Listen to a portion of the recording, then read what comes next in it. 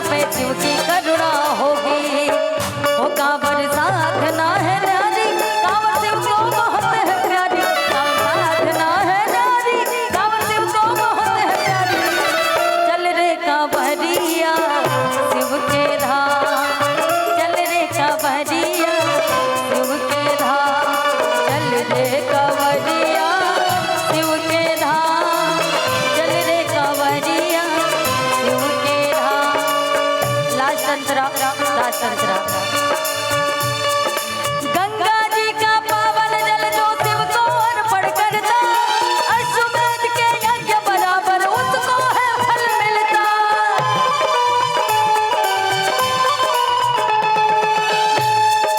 गंगा जी का पावन जल जो शिव को अर्पण करता, अश्वमेध के यज्ञ बराबर उसको है फल मिलता।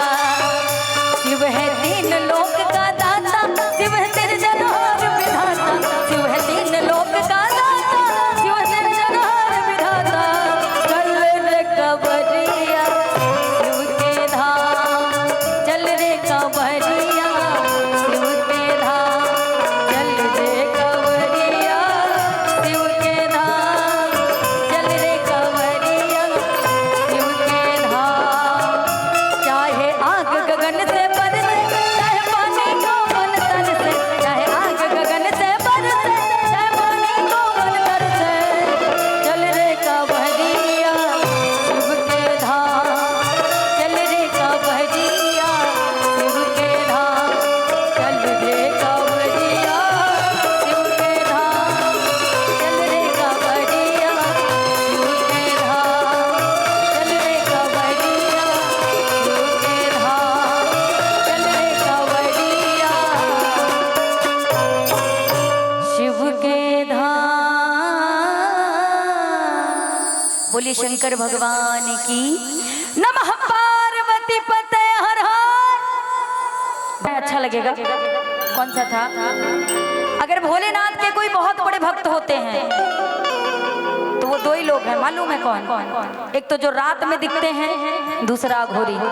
रात में दिखने वाले भूत हैं अघोरी। नहीं नहीं, एक बाबा भोलेनाथ का बहुत बड़ा भक्त और अपने बाबा के चरणों में हाजिरी लगा के कहता है, बाबा हाँ, कि भोलेनाथ मेरे मरने से पहले, कि भोलेनाथ मेरे मरने से पहले ऐसी चिलम बना देना। भक्ति वाली चिलम, वो चिलम नहीं, कि ऐसी चिलम बना देना, पी के सीधा स्वर्ग में पहुंचो, कि पी के सीधा स्वर्ग में पहुंचो, और ऐसी दम लगवा देना भोलेनाथ मेरे मरने से पहले। इसीलिए कहते हैं कि न गांजा बुरा है,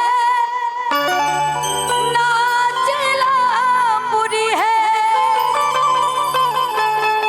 न गांजा बुरा है, ना चिला बुरी है, और जिसको लगी हो पीने की आदत, वो आदत बुरी है। कुछ भी बुरा नहीं है, आप सुधर जाओ सब सुधर जाएगा। आइए, कि भोलेनाथ मेरे मरने से पहले, भोलेनाथ मेरे मरने से पहले ऐसी चिलम बना देना, ऐसी चिलम बना देना, पी के सीधा स्वर्ग में पहुंचूं, पी के सीधा स्वर्ग में पहुंचूं, ऐसी दम लगवा देना भोलेनाथ मेरे